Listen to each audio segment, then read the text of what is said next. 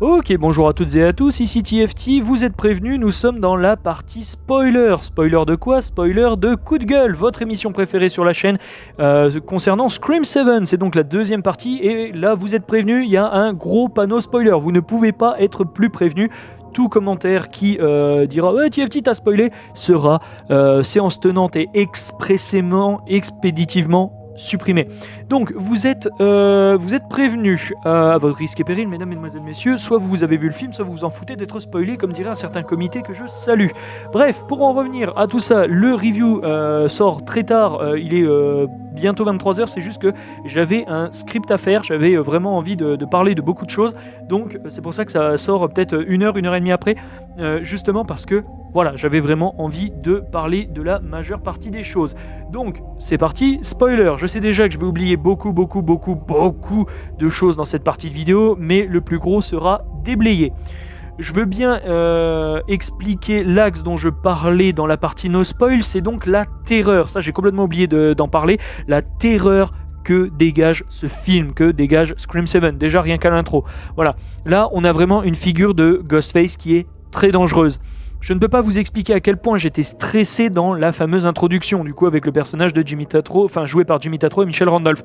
Sincèrement, ça m'a pris au trip, j'étais vraiment pas bien, j'étais glacé au plus profond de mon sang, pour vous dire à quel point. C'était une vraie angoisse, vraiment, quelque chose que j'avais vraiment pas ressenti. Je veux dire, Scream 5, non merci, et Scream 6 c'était plus un slasher open world. Donc clairement, t'étais là, tu fais ouais, à ce compte-là, Ghostface il te saute dessus partout. Là, c'est vraiment, on a du retour à il rentre chez toi, il te démonte. Là, c'est exactement la même chose. On a quelques lieux en huis clos, mais dans la majeure partie des cas dans ce film, Ghostface attaque en huis clos, c'est-à-dire soit dans une maison, soit dans un truc, soit dans un garage, etc., etc., etc. Bref, je ne sais pas, ça a peut-être résonné que avec moi, mais franchement, waouh, l'introduction féroce, féroce. Tiens, en parlant de férocité, deuxième point de mon script, Ghostface féroce. Au début, je croyais qu'il était sadique, notamment avec le meurtre des personnages d'introduction. Donc rappelez-vous avec le personnage joué par Jimmy Tatro qui se prend un poignard dans la tempe avec son œil qui commence à sortir de son orbite, et le personnage joué par Michelle Randolph qui est littéralement brûlée vive. On n'a jamais vu un Ghostface faire ça avant. Donc clairement, je veux dire, autant de sadisme de brûler quelqu'un vivant. Je veux dire, waouh quoi, voilà. Mais en tous les cas, non, je croyais qu'il était très sadique, mais non, il est juste plus méthodique. Il s'amuse dans l'introduction parce que, comme je le disais dans la partie no spoil, Kevin Williamson vous dit « Ah, vous êtes fan de Scream ? Attendez, installez-vous, mettez-vous bien au fond de votre siège, laissez faire le film, regardez, je sais ce que vous voulez, je sais ce que vous attendez de moi et je vais vous le donner. » C'est ça, c'est comme ça qu'on fait un bon film ou du moins une bonne introduction. Je sais ce que les fans veulent, je sais ce qu'ils attendent de moi et je leur donne. C'est ça le truc. Encore une fois, il peut pas plaire à tout le monde. Je sais qu'il y en a qui diront putain TFT l'intro elle est nulle à chier. Et moi en ce qui me concerne, elle m'a vraiment plu. Vraiment très beaucoup comme on dit quand on ne sait pas conjuguer. Bref. Le film, après tout, troisième point, le film est très méta. Il fait beaucoup de références à lui-même, souvent à titre de dérision, d'autodérision ou même d'easter egg, sauf quand Sidney parle d'elle-même, quand elle reparle de son passé, il n'y a pas d'autodérision, elle est vraiment très sérieuse, mais bien sûr, cette fois-ci, c'est à titre préventif. Quand elle parle de 2-3 choses à Tatum, elle lui dit clairement de manière blunt, en manière directe. Elle décide volontairement donc de ne pas parler de son passé pour protéger ses proches. Prochain point, mention spéciale à certains meurtres qui sont inoubliables, notamment celui de Hannah joué par McKenna Grace au théâtre avec le harnais de sécurité, franchement qui est vraiment marquant, et d'autres parfaitement ridicules. Si je dis pas de conneries, Lucas joué par Asia German qui se transforme en tireuse à bière, sérieusement, non, ça on voit ça dans un Brain Dead de Peter Jackson, on voit ça dans un Edgar Wright, on voit ça dans un Ready or Not, mais le film bien sûr Ready or Not ou Wedding Nightmare, sinon non, franchement pas du tout. Ça m'a complètement sorti du film à ce moment-là, je dis ah bon d'accord, ok, bref. Ou même par exemple Chloé, le personnage de Chloé en elle-même, on voit qu'il devait tout simplement et qu'il fallait se débarrasser tout simplement du personnage, donc évidemment elle meurt par surprise, on va dire, et de manière tellement facile avec un morceau de verre de cruche éclaté visiblement planté dans sa jugulaire. Ouais, ok, bref. Pareil, le build-up de certains meurtres, celui de Hannah, donc au théâtre, qui est précédé par la mort de son technicien, celui qui s'amuse avec le harnais, celui qui fait monter, descendre, aller à gauche, à droite, etc. C'est un meurtre qui est hors champ, on entend juste le bruit, et c'est Sidney qui découvrira le cadavre quelques minutes après. Ouais, ok. Bref. Celui également du personnage de joué par Asia German, qui dit, par exemple, ça aussi c'est ridicule, I got this, qui va affronter le Ghostface, et 2 secondes après il ressort et il s'est fait tout simplement perforer la panse comme un putain de figurant. Ça c'est juste vraiment, j'ai trouvé ça ridicule. Bref, malgré tout, les jumeaux Meeks Martin, faut que j'en parle aussi, ils sont là purement à titre de personnages tertiaires cette fois-ci. Ils ne sont pas secondaires, ils sont tertiaires et ne sont là que pour des blagues qui m'ont tiré un bon rire par moment, comme les personnes dans la salle. Mais en gros, eux, ils font de l'autodérision sur les 2 événements des films précédents. Par exemple, et ça a fait rire toute la salle, vraiment d'un rire franc, notamment Mindy qui essaye de repartir sur un speech de cinéma du coup, et qui dit oui, alors si on veut voir le tueur, etc. Et Chad qui lui dit ouais, non, c'est bon, on est tous au courant de comment ça marche. Voilà, c'est juste pour dire entre guillemets, c'est bon, on a vu Scream 5, Scream 6, et également, oui, c'est bon, les jeunes gens de Pine Grove qui sont là au bar de Chloé, ils savent ce que c'est, ils sont fans de cinéma. Donc voilà, encore une fois, ils arrêtent pas de parler de films d'horreur en mode ouais, t'as vu ce film-là, ouais, t'as vu machin, voilà. Donc ils savent comment ça se passe. Mais du coup, Chad qui fait ouais, non, c'est bon, on est au courant, c'est bon, calmos. Voilà, ça m'a fait rire, franchement, et j'ai trouvé, je suis très fan d'humour instantané. Genre Mindy qui commence à dire oui, alors il faut considérer plein de trucs, et Chad qui lui fait ah non, c'est bon, ta gueule, on a compris. Voilà, ça m'a fait rire, franchement, et ainsi que toute la salle. Et évidemment, on parle de Chad. Évidemment, il se fait blesser, mais là, cette fois-ci, Friendly Fire. Il se prend un coup de poignard dans l'épaule par Chloé qui croit que Ghostface est derrière lui. En même temps, Chad qui dit rien, qui dit pas Chloé, est-ce que ça va? Et il se retourne et il prend la place de Ghostface. Faut vraiment être con. Mais bon, c'est Chad, hein, voilà. Et Mindy qui se prend une toute petite lardasse sur le ventre et que ça lui octroie le droit de ne pas revenir avant la fin du film. Mais comme je le dis dans mon script, ils reviendront vers la fin du film pour une énième blague. Bref, je suis en train de penser que dans mon script, j'ai pas parlé de Gale parce qu'il me faut encore un peu de temps pour analyser où elle va, parce que là pour le moment, au secours. Mais voilà, j'ai pas trop compris où elle allait, Gale. Hein. C'est pareil, pour arriver et faire des blagues, ok, mais cette fois-ci, elle a pas forcément d'action, elle est là pour enquêter, etc. C'est pas plus mal. De base, Gale, et on retour à la base du personnage, Gale est une journaliste. Là aujourd'hui, elle s'est faite virer, blablabla, mais elle fait son nouveau podcast True Crime, Murder Crime. Donc voilà, et c'est pour ça qu'elle vient du coup à Pinewood. Bref. On va du coup parler des Ghostfaces cette fois-ci. Évidemment, ils sont plusieurs et la séquence du premier Ghostface, donc Carl, dans la maison de Sydney, j'ai un gros problème avec lui. En effet, vous dites que c'est un tueur de femmes, il a tué 3 femmes, il a sévi il y a quelques années, il est dépeint comme complètement pété du casque, hyper violent, complètement fou, et pourtant, il est capable d'avoir une stratégie, il est capable de s'introduire chez Sydney, se cacher, surpasser un policier entraîné en 1v1 au corps à corps. Bref, c'est vraiment bizarre et il se fait tuer par un Deus Ex Machina, donc l'arrivée de Gale qui lui roule dessus avec son SUV. Waouh. Ok, avec un humour à la Edgar Wright, hein, c'est clairement de l'humour slapstick en mode le Ghostface se fait jeter sur la route, il se relève et là t'entends et il se prend la voiture. Et t'es là, tu fais ouais, ok, bon bref, enfin bref. Ensuite, le second Ghostface, c'est celui du bar, et c'est donc le personnage de la voisine de Sydney, Jessica Bowden, jouée par Anna Camp. Ce Ghostface, ça y est, avec l'accent du Sud, bonjour au Sud, bien sûr, bonjour à votre accent que j'adore plus que tout, mais excusez-moi. Le Ghostface, du coup, ici, il est assez crédible. C'est une femme, dans la cinquantaine, en pleine forme, qui se fait fracasser dans la cuisine par Chloé, par plusieurs coups de planche à pizza, nom de Dieu, et 2 coups de casserole, plusieurs fois, mais qui ne lâche rien. J'ai juste un problème, c'est avec le meurtre de son propre fils, celui qui se transforme en tireuse à bière là. Mais je vais vous expliquer ça à la fin, parce que je trouve le développement et surtout concrètement, c'est d'un stupide. En plus, le fait qu'elle arrive à le soulever à 2 mains comme ça, stop, arrêtez vos conneries, c'est aussi stupide que, oui Amber, 1m30 sur les bras levés, 1m30 les bras levés sur un tabouret et 50 kg tout mouillé, qui arrive à éviscérer Dewey en le levant, stop, et à se prendre 3 balles de 38 spéciales dans le bide, et de pas avoir de bleu ou avoir de souffrance. Faut arrêter les conneries. Ghostface, c'est un costume, c'est pas une armure d'Iron Man. Il faut arrêter. Non mais sans déconner, il faut arrêter. Donc je vous expliquerai pourquoi je trouve ça con à la fin. J'explique alors pourquoi le troisième Ghostface pour moi est étrange au niveau de son développement.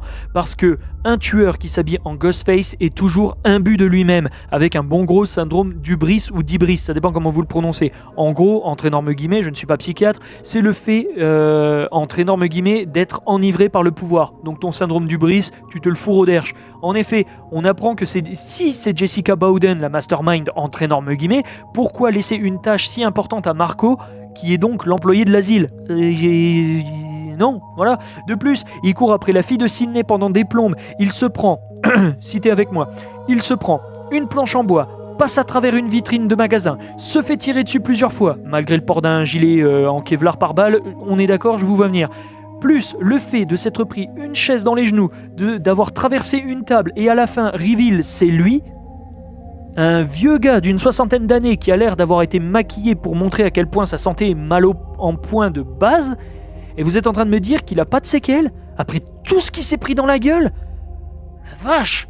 Encore une fois, le costume de Ghostface, c'est pas une armure d'Iron Man, quoi. Enfin... Waouh! Bref, peu importe. De plus, il est totalement soumis à l'autorité de Jessica et on apprend qu'ils se sont rencontrés dans l'asile psychiatrique. Ouais, alors ça c'est pareil, hein, Jessica qui s'interne parce que soi-disant je vais y venir, et elle dit à son gardien, tiens, ça te dirait d'aller flinguer ma voisine avec moi? Et lui il fait, oh bah d'accord, pardon? Ok. Bref, les motivations des Ghostfaces, bonjour le pluriel anglais TFT. Les motivations des Ghostfaces, ils sont donc 3 avec Jessica Bowden en pseudo-mastermind. Comme le premier se fait tuer rapidement, donc Carl, si je dis pas de bêtises, on ne se rend pas bien compte de la relation qu'il a avec Jessica et Marco.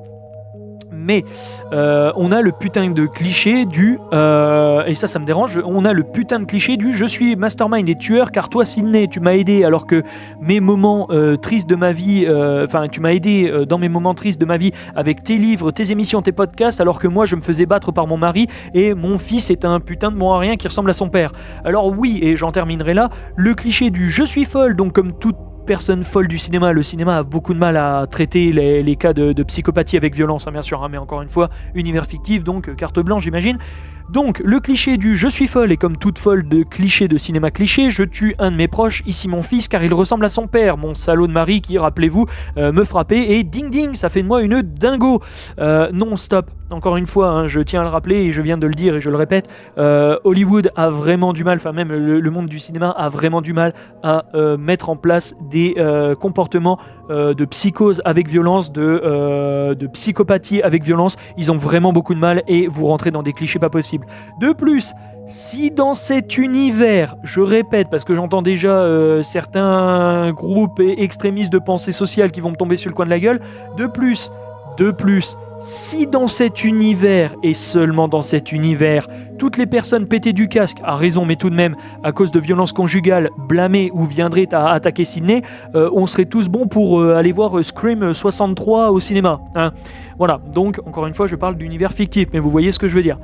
Les IA, on va repartir un petit peu à la fin du film avec le retour à la maison de Sydney où plusieurs IA se succèdent. Elles sont bien utilisées pendant tout le métrage, encore une fois notamment avec Stumacher que je trouve vraiment sympathique au niveau de l'utilisation, mais à la fin on comprend le grand guignolesque assumé. En effet, il y a des travelling dans des décors 3D qui représentent la maison de Stumacher, les modèles de deepfake d'anciens personnages, etc. Même Sydney commence à comprendre la connerie.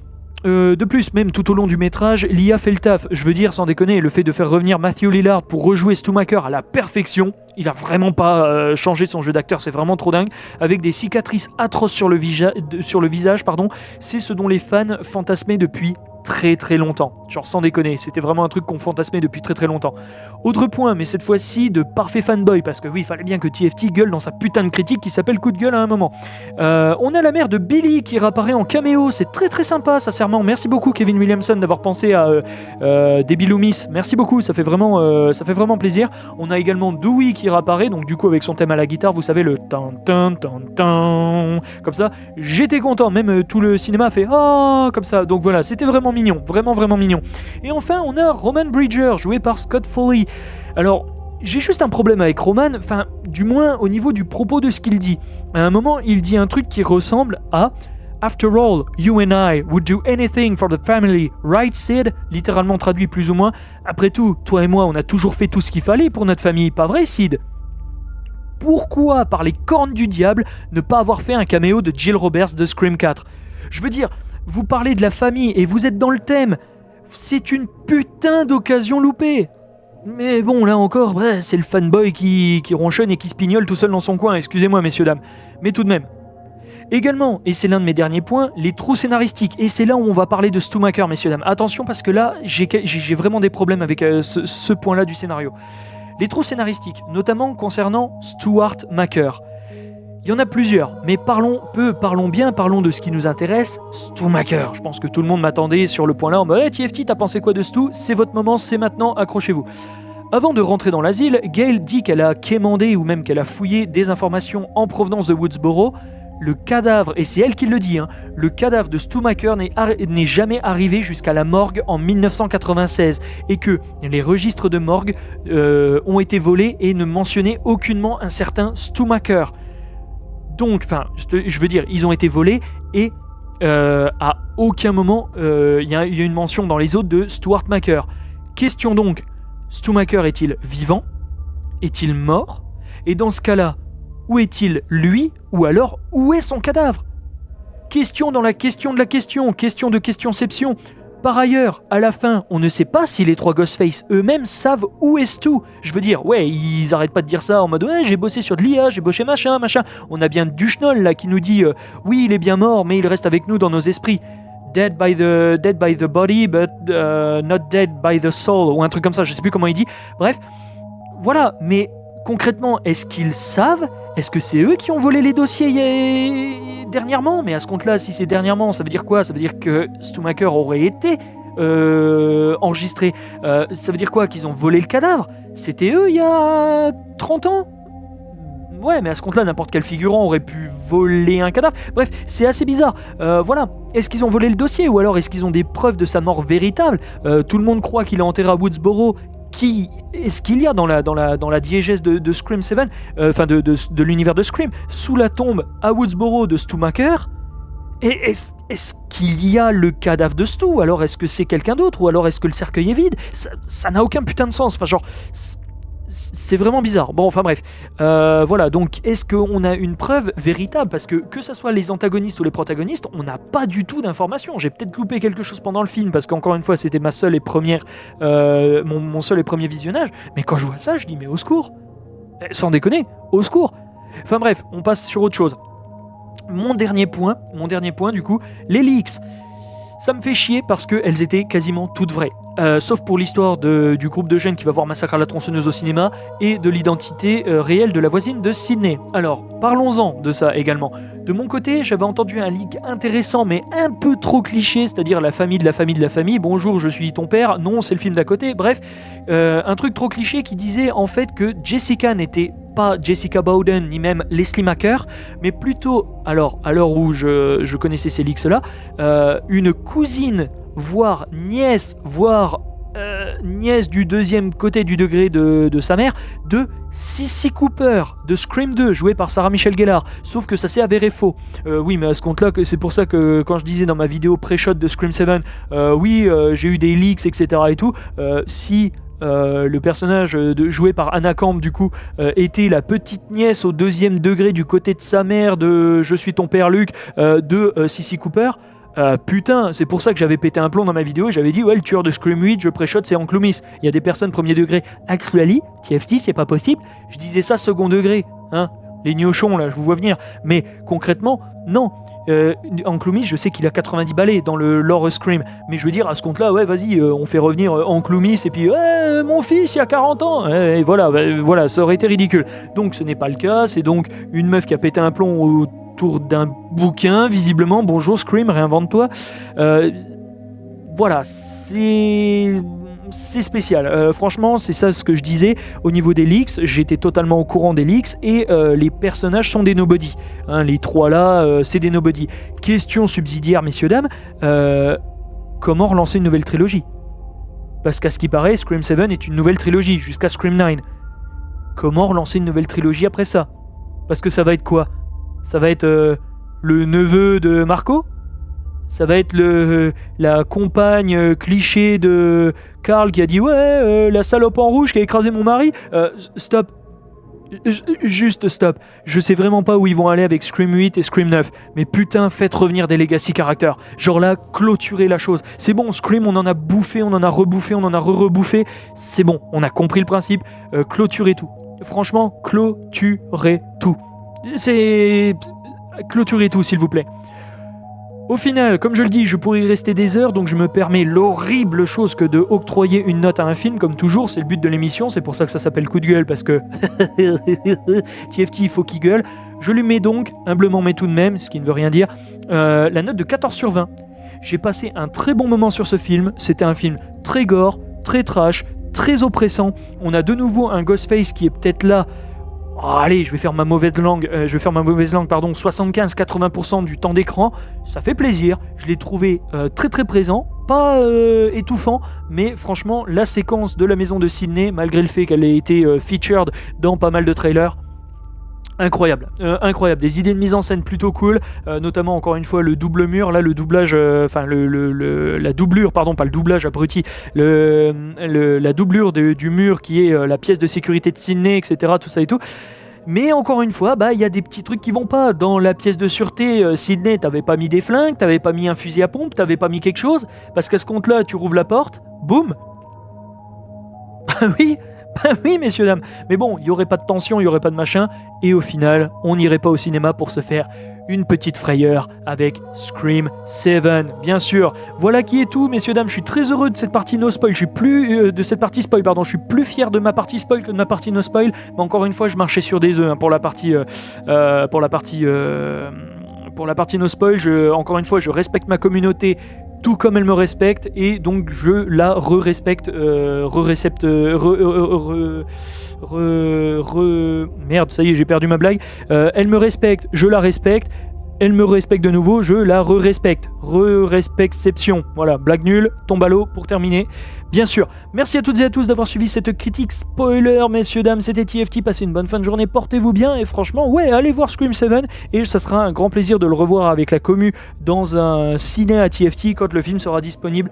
Bien évidemment, ça sera vraiment très plaisant. Merci à toutes et à tous, à bien vite. La grosse bise comme d'habitude. Faites-vous kiffer, portez-vous bien et ouais, des bisous, à la prochaine. Salut.